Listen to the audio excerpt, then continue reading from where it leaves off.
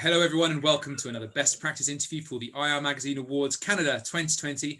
Delighted to be joined by Martino de Ciccio, the VP Strategy and Investor Relations for Endeavour Mining. Martino, good to see you. Yeah, likewise. Thank you for having us here, Larry. An absolute pleasure. And I had to rerun one of the first questions because I mistakenly identified you as being in Europe, but of course you're based in London, so you're enjoying the similar miserable weather to what we have here in South London too.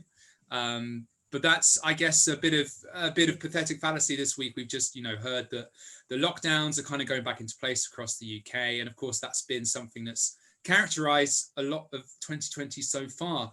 I wonder how that has, shaded investor relations for you, and how you'd characterise the last year or so from Endeavour's point of view.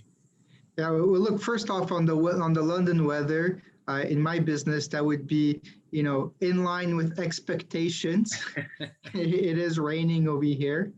But joking aside, 2020 has been a very interesting year for us, specifically on the IR side, as we had to revisit a bit the way we do business on the IR. So it's been a lot about increasing our digital strategy, about making ourselves available with online conferences, and really rethinking the way that what's the most efficient way to get messages across. And when it comes to, you mentioned it's been a challenging year. Some of those challenges that perhaps are unique to the materials sector in Canada, I wonder whether that comes down to, is that down to having to close sites for, COVID-19 sort of related issues, or what have been some of the hallmarks there? Well, we've been fairly lucky because in times of crisis, gold does very well. It's typically, a safe haven, and it has reacted exactly in that manner. So exactly how you would expect it. So gold has reached record levels this year, going beyond $2,000 an ounce. On the COVID aspect itself, back in the second quarter, we'd had to take a few decisions to be able to ensure that we're able to maintain our production targets for the year.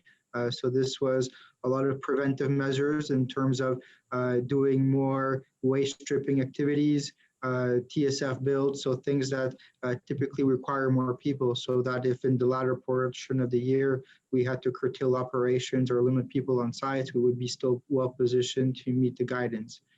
So I think that puts us in a unique space where we're one of the only companies, or very few out there, that did not pull their guidance for 2020. We remain on track to achieving this, and that's thanks to the efforts being done, by the people on the ground and the management decisions taken. Yeah, that's quite something to not have to revise at all. I wonder, communicating around that, were you anticipating having to, explain a bit more and integrate a bit more kind of time into your IR calendar? I imagine that online events become more important, but were there some extra things you integrated this year? IR remains a full-time job, so it's just a question of how we're reallocating that time. So given the fact that there's been obviously less traveling this year, we were able to be more present online, which has worked out well to a certain extent, as it meant that our management was able to make themselves more readily available, specifically to explain what we were doing and how COVID was impacting our business. But it's also allowed us to reach investors that we wouldn't normally reach, which has been a very interesting case study, and something that will most likely continue. Is that down largely to geography? They've been harder to reach, or just didn't have the time before? Well, two aspects really. The first one is obviously a question of geography, and typically shareholders that are not in the main cities would be more difficult to reach. And then to another extent, given the higher gold price environment, this has attracted a different class of investors to the space. So people that in the past would have not invested into the mining sector, they're seeing that the mining sector now is very different to what it was 5 to 10 years ago. Mining companies today are very prudent allocators of capital. They're all generating good returns, specifically at current gold prices, but they're very shareholder conscious. Many gold companies are paying dividends. We're seeing very healthy yields for this sector. So I think compared to the last bull run, companies now have proven that it's not because we produce gold or other metals that we cannot be businesses such as other sectors that return capital to shareholders and make decisions based on capital returns and not on dreams. Yeah, certainly an interesting place to be. I wanted also to ask Martino about your EVP Patrick and CEO Sebastian, because we hear, when we speak to the investment community here at IR Magazine, we hear that they are a very active part of the IR effort and that you get a lot of time with them. Have you had a bit more of their diary to take over with IR stuff in the in this year, or has it been just a case of utilizing them well, and what do they bring to the table from your perspective? I must say off the bat that I've been particularly lucky as our C-suite has made themselves available over the past several years and have really taken on board IR as part of integral decision-making process, relaying information that we get from shareholders back to the board. It's obviously this year they've had to interact with shareholders in a different manner, but I'd say that their level of engagement hasn't changed versus previous years. So both Sebastian, Patrick, and other members of the team, it's important for them to get the feedback firsthand, make themselves available, and really, it goes beyond just the press releases and presentations. I think it's important for our C-suite to communicate their message, thinking, and frankly, to show their enthusiasm for the business firsthand. Absolutely. It clearly, has an impact on the investment community too. I also wanted to ask, you kind of touched upon a couple of these topics, what you could categorize under the ESG umbrella. I wonder whether the pandemic has, cast any new light on these sort of factors, in terms of what investors are interested in and where they're looking to engage, and whether, or from the perspective of you and, your efforts in kind of measuring these things, is there, would you agree with that the pandemic has maybe put a bit more importance on these matters? So it's a trend that we've been seeing increase over the last few years or so. It's become, or has always been very important. It's been part of our social license to operate. But we have seen an increasing trend on demand for ESG material. On the face of this, we've structured ourselves well over the last few years to integrate ESG as part of our decision-making process. So it's really a question of how we've structured ourselves.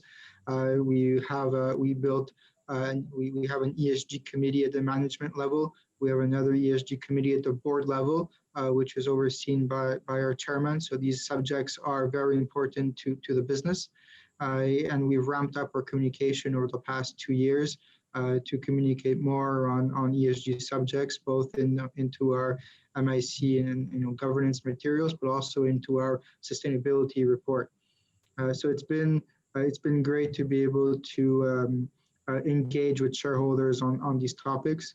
I think the fact that meetings have gone online gives more of an opportunity to take ad hoc meetings with video now and discuss some of these other matters rather than just the operating aspect. So clearly it's something that Endeavour has taken on board, but also it's good to see that shareholders are looking at these issues more closely than they were in the past. Yes, certainly. And I guess the flip side is in the sector, there's certainly, instances of times when those issues may not have been, accounted for, and it doesn't end particularly well. There's a real duty of care to wider stakeholders, right? Yeah, well, look, I think it's also a part of the due diligence process that investors are doing now. We've seen many examples where companies that ran into trouble on the ESG side were first signs of a mismanaged company. So from a shareholder perspective, there's obviously the power of change through ESG and value investing. And for us, for example, it's the fact that $1 invested in West Africa probably goes a longer way to changing lives than a dollar invested in other parts of the globe. But from a shareholder perspective, it's also a question of managing the risk of their investment and being able to have good ESG practices mitigates that risk. Certainly, so it's becoming a must do, not just a nice to have these days, I think, for, like you say, from the investor side. I'm curious, Martino, as to what, we're obviously, the phrase "the new normal" gets bandied around a lot, and I know that most of us don't have a clear idea of what working life is going to look like going ahead. But I'm curious as to your views on what you think will stick from the current working situation going into the future. Whether there'll be a bit more scope for you and your team to work from home or work remotely, work flexibly, or whether there'll be a bit of a rebalancing of the number of events that you attend in person and you get your C-suite to attend in person. Do you think there'll be a long-term impact on the way that IR conducts its business?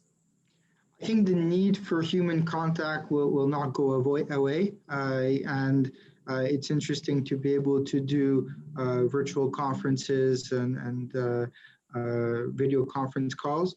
But to a certain point, you also need once in a while to see people in the industry, be it shareholders, your peers in the same functions in other companies, and other stakeholders. So I think we're going towards a hybrid model where there will be more conferences online, but also a few key conferences during the year where you can exchange with your peers on a number of subjects.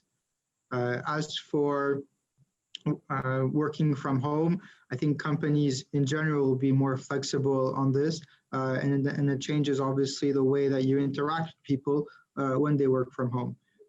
So perhaps also a hybrid model there where when it's key times throughout the year, it's important to all be together, but then it's also important to give people flexibility to work from home when they can. We've seen over the last few months that some of the stigmatisms that we previously had from working from home are just not there. People can still be very efficient, if not more efficient, working from home. In our case, I think we're a great example where I mentioned previously that we're still in line to meet guidance. But what's even more interesting was that we were able to announce and close a transaction despite being in the early months of COVID. So this is long hours on the via webcasts, conference calls to be able to negotiate, to be able to work on integration processes, and a number of other aspects, which maybe a few years ago would have seemed impossible to all do virtually. Yeah, certainly. It would be hard pressed to, convince someone from a few years ago, time traveling, that this would be where we are today, but there we are. Martino, listen, it's really great to get your thoughts. I want to embarrass you with my last question, really, because I like to ask, Endeavour have been recognised as one of our best IR performers by the investment community, shortlisted this year. And I wonder what, in your view, sets apart you and your team's IR effort from other companies? So that is a difficult question, but quite frankly, we pride ourselves in being honest with our shareholders. So being honest means to have transparent disclosure. It means having access to management so that shareholders can hear excitement and facts firsthand. It means having a 180-page presentation deck, as you might have seen on our website. So there's lots of efforts that go into preparing those materials with the goal of being as transparent as possible. Being reactive and proactive to shareholder and analyst requests goes a long way to building relationships and to ensuring that people are comfortable with our business.